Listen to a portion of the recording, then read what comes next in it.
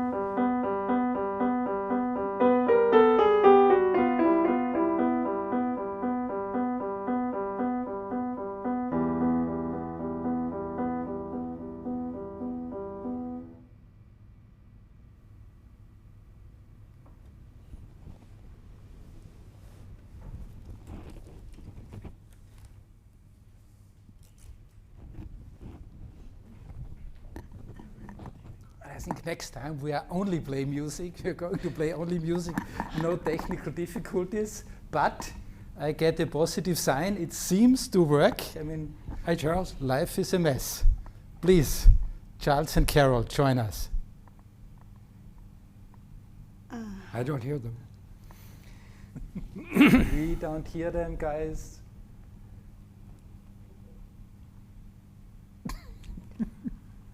I don't hear them. We should learn some sign language. Do you think you get it going? Yeah, I think so. Living room. What can we do? Are you hearing me now? Now! Now we hear you. America. Yes? I'm really sorry for this mess. Charles, are you there? Yes, I'm here. Great. You know what that reminded me before of? It reminded me of Dutiful Ducks. Oh, That was a piece of Charles that we used to. Yeah, that's Dutiful, dutiful, dutiful. That was, that's what that reminded me of. Anyhow, glad you're back. listening to these etudes, it occurs to me that they're not truly virtuosic like some of the 19th century etudes. The virtuosity is in the steadiness that you have to exercise. It must be a challenge. Yes, but that's all. Yes, absolutely right. It's in a way virtuosic like Haydn and Mozart are virtuosic. It's extremely difficult, but it doesn't sound that way on the surface. But it's true. It's a different kind of it's a different kind of virtuosity. Really a musical. Well, I've been enjoying reading Philip Glass's autobiography, which is called Words Without Music. And, you know, Donald Trump is fond of holding up things, so let me try. I like this one better. This is no better. The book is really fascinating because Philip has had such an interesting life and has, you know, at 15, he was studying at the University of Chicago and learning a lot about history and science and all the topics that came up later in his operas. And the interesting thing for me is that you have a combination of his influences from music from India, from Alaraka and from Ravi Shankar. And then he studies with Nadia Boulanger, and he has a very strict technical education, which enables him to have endless virtuosity within the parameters that he works with. And then he has a fondness for Lenny Tristano and jazz musicians, where he enjoys the kind of syncopation and the energy of that music. And it comes together into a form of music that was completely rejected when he was young. His first concert on April 13th, 1968 had 8 people in the audience, and one was his mother. And his mother's comment was, "Get a haircut." And She should see him now. The next time she came to a concert, it was at the Metropolitan, and there were 4,000 people for Einstein on the Beach. So she saw quite an evolution. And Carol and I were present at Laurie Anderson's first concert. Happy birthday, Laurie Anderson, wherever you are. And there were 5 or 6 people at Mills College. And so we took a picture of the whole audience at the end. And there was Carol and me and a few of our friends and Laurie. And it was, and these people literally have become the most famous people in new music, and they've invented their own audience. There was no audience for what they did, none whatsoever. And this really fascinates me. So anyway, congratulations to them. And it was Phil that told me about Laurie. I was at the Walker Arts Center in Minneapolis doing something with you, Dennis, and Phil came up to me after I'd asked him about an electronic music album by women that I was producing. And I said, "Is there anyone I left off here?" And he said, "No, that sounds good." And I'm walking out the door of the Walker Arts Center. Where was it? They had a cafeteria or something. Yeah. And I felt a hand on my shoulder, and he said, "No, wait a minute, there's this girl." And and it was Laurie Anderson. And I wrote to her, and she sent me a tape, and we put it on this record in 1977. It might have been her first commercial album. And soon thereafter, we had her come to the Cabrillo Festival, and you were the director of the festival. And as I recall, you were doing a concert with Charles Holland, who was an African-American singer who had lived in Europe most of his life because he couldn't get work here. Yeah, Charles was a great American tenor. He sang with Fletcher Henderson's band. He sang in Hollywood in countless numbers of films where he couldn't be seen, but he could be heard.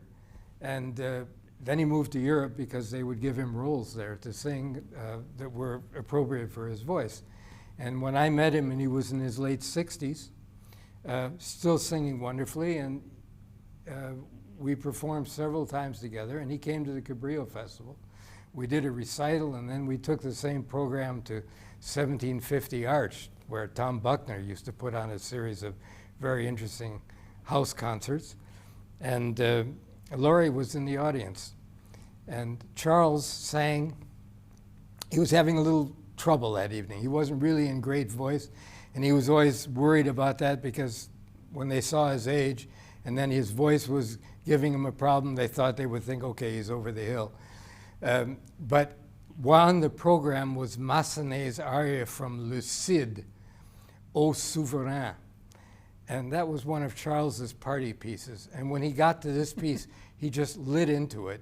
His voice came back, and the audience was electrified. And Laurie, I could see her, was in the front row, and she was dumbfounded. I could see, I don't want to exaggerate this, but if a person's jaw drops, Laurie's jaw dropped. And several months later, she sent me a recording, a small tape of a new song that she was doing. And Ô Souverain became Ô Superman, which was a legendary, one of Laurie's first major cultural history. Yeah, cultural history. And there's a dedication on the original recording to Charles Holland, which is, I think, a very nice and wonderful story. And I think important cultural history is also this record or this album about women in electronic music. It's still nowadays, I think, one of the seminal documents of this really wonderful work that has been done by so many women and often has, at least for a long time, not really seen and appreciated properly. And actually some advertisement now. This wonderful electronic music, women in electronic music, you can find on Spotify. You can also purchase it still, as you can the 20 etudes played by Maki, and even just a few days ago, this new piece of Philip Glass that Danis premiered here a few weeks in the series of concerts, The Elegy for the Presence, is now also available on Apple Music as a single. So please do not only enjoy our concerts here, also purchase the music so that the artists get rich finally. Speaking of artists, the wonderful computer animation that is being done here by Gerfried is quite astonishing. And I wonder, because Carol, you've produced pieces that have had visual accompaniment and sound accompaniment for a long time. What would you ask Gerfried about his work? Because it's fascinating work. Yes, well, I think probably a lot of us in the audience would be really interesting to hear from him how he puts these pieces together and what the role of randomness might be.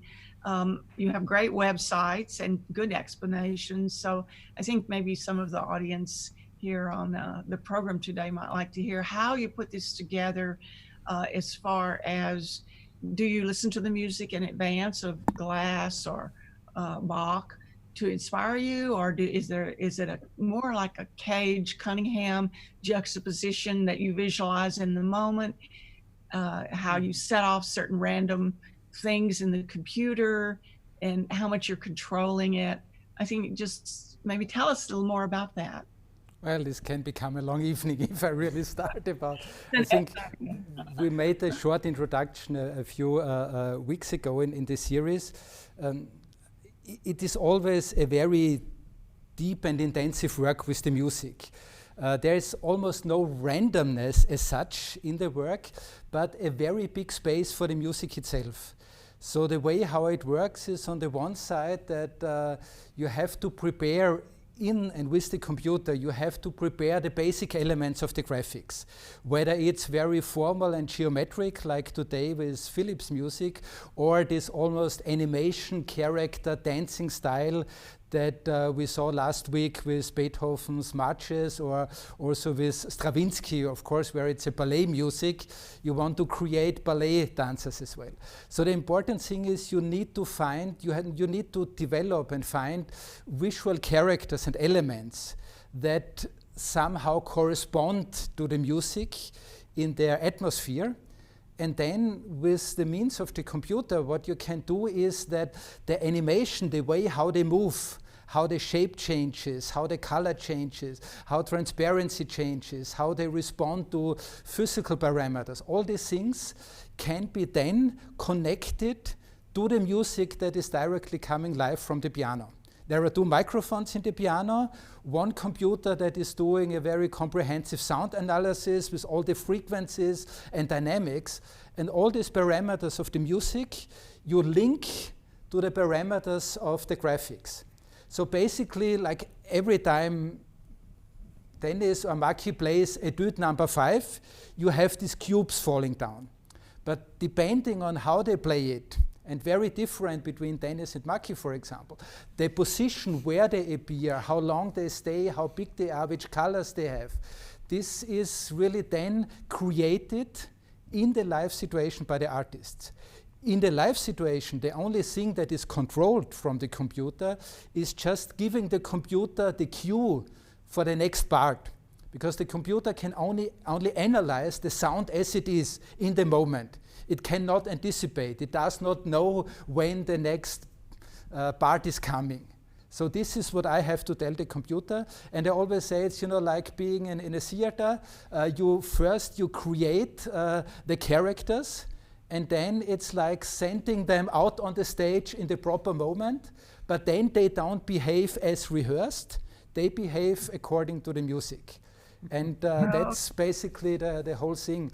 And what I'm really interested in is this is really to find, so to say, a way how to express or find expressions about the music itself. Because on a certain point, music is nothing else than the vibration of molecules in the air, physically spoken. But we all know music is so much more. And to find connections between these very basic elements, or this very basic nature of sound and music, and that what it does for us in terms of creating emotions and telling stories. This is what we are trying to do with these animations, and I'm very grateful to the both of you that they are always patient enough to let us work with their music. So it's so much more expressive than one would guess, thinking about the computer. This, what you're doing is very much, I think, new and different, and going into a very personal space with this. Does your composing, I understand you went to music school, and you studied composing, is that right? Yes, but that's long time ago, and I totally abandoned this area actually when I discovered computer as a way to make much more interesting things, because I couldn't stand this situation that you were composing a music for weeks or months, and then when you tried to play it and present it, there were maybe you and your 8 friends and your parents listening. So I was more interested in finding ways how to engage the audiences. And this is when computer and interactivity in the late 80s and early 90s came in very handy. And since I also had a technical education and some friends who worked with me on this, we were able to really create this early prototypes of interactive art, and this completely went in this way. And still nowadays, what I'm really interested is not preparing in the studio, but creating things that come to life in the concert, in the performance situation. So I said this will be a long evening, so now I'm stopping to talk about this. But thanks for giving me an opportunity. I think I would just like to say one thing also, because you mentioned that Gerfried was in years back a composer and a musician. Gerfried and Charles are two of the people who have enriched my life by possibly knowing more music than I do. I know a lot of music, and I've conducted and performed a lot of music. And it's wonderful to have Charles, and it's wonderful to have Gerfried, who are always coming to me with pieces that I never heard of. And this is a tremendously enriching part of my musical life, and Maki's too. And it's what makes our activity and our work as musicians very fruitful. Well, I think again thank you, we Dennis, could. and thank you so much for these broadcasts, because I think they've been really very healing for all of us to be able to visit with you, almost like as if you're in our living rooms. And I like the informality of the presentation of Ars Electronica. It's it makes everything seem a little more connected. And that's what we really, really need right now. Thank you so much for doing this. Thanks to Ars Electronica for this fine work. And it's wonderful that Gerfried gets to have an entire museum all to himself. He's got a lot of people working here with him. And we are very grateful that we can share it with. Human.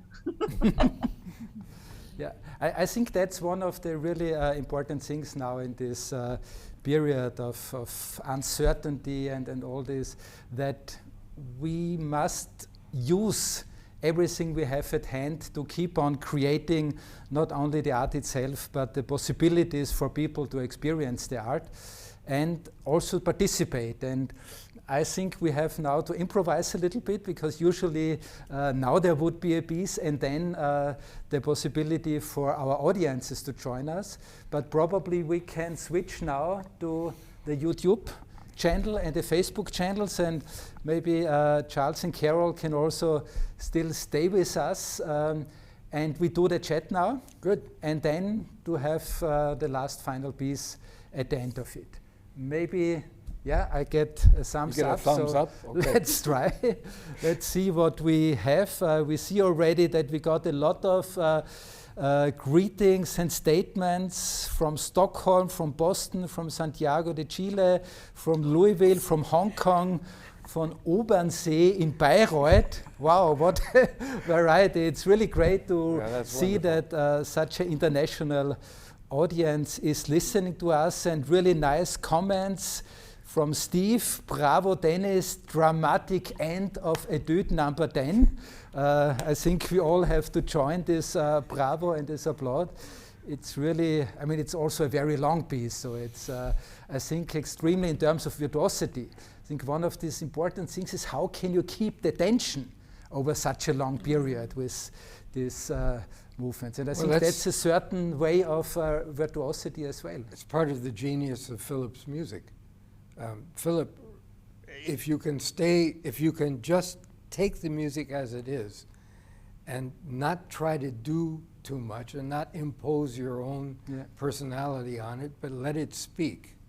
The way we do with Beethoven and Mozart and Haydn, we try to let these composers speak through us, and it's the same with Philip. And I think a piece like that, of course, needs a certain amount of endurance and condition, but the tension is in the music. I didn't have to add that. Well, I think it has a lot to do also with the interpretation, and this is something where, Maki, you have such a rich experience. I mean, I don't know how often you have played already the 20 etudes, and I think especially number 20 is a very strong experience also for the audiences. I witnessed it myself several times after these 2 hours. Then to see how the audience completely kind of flows away with the impression of this music. And of course it's Philip Glass as a composer, but I think without your interpretation it wouldn't be so lively. So how's your experience when you play this? When I played in the huge hall with Philip, I'm on tour, and the people is waiting, and what is the last piece? After 2.5 hours, what is coming as the last? And this music came, and everybody is at the first shocked, but so start to listening, I feel the sense of community and engage together, all together. I'm very close to the audience. Yeah. It's really this experience of everything fusing and melting into one big emotion, not only finishing the evening, but in a certain way dissolving it. Yeah. Anyway, I shouldn't speak too much. We have so many more comments from Francisco. Thank you very much from Seville in Spain. Whoa, please a live concert in Seville. I'm sure the two artists would be happy to come there. Seville is a wonderful place, and Ricardo on Skype is, I think, excited about number 20 as well. And he says number 20 is one of Glass' most beautiful compositions for piano. I love the transition from light to dark after so many years playing these pieces. How do you manage to still play them with so much emotion and commitment? How do you keep them fresh? This is exactly what we were talking. Every time is very different. Yeah. Every hall, every piano, each place audience, we make together the music. So, but how's the difference? Usually, as you said, you play in front of 1,000 or more people in a concert hall, and now you have a cameraman and me sitting behind and playing. I can't see the people. I can't see the audience today, but I feel they are listening today. That was very different and very tight and connected. You know? I was so happy. Yeah. Because I think this is what one really feels. I mean, you are not just playing it. It's full concentration, full emotion. And a question with transcription. With a transcription like the Voyage, do you prepare it for pianists in general, or only for yourselves and your own respective strengths? Well, we're going to, Philip's publisher is trying to get their hands on it, and we're going to put it in some kind of decent order so people can read it, but good pianists can play it, and that's the idea. It helps, of course, that I've conducted the piece so many times.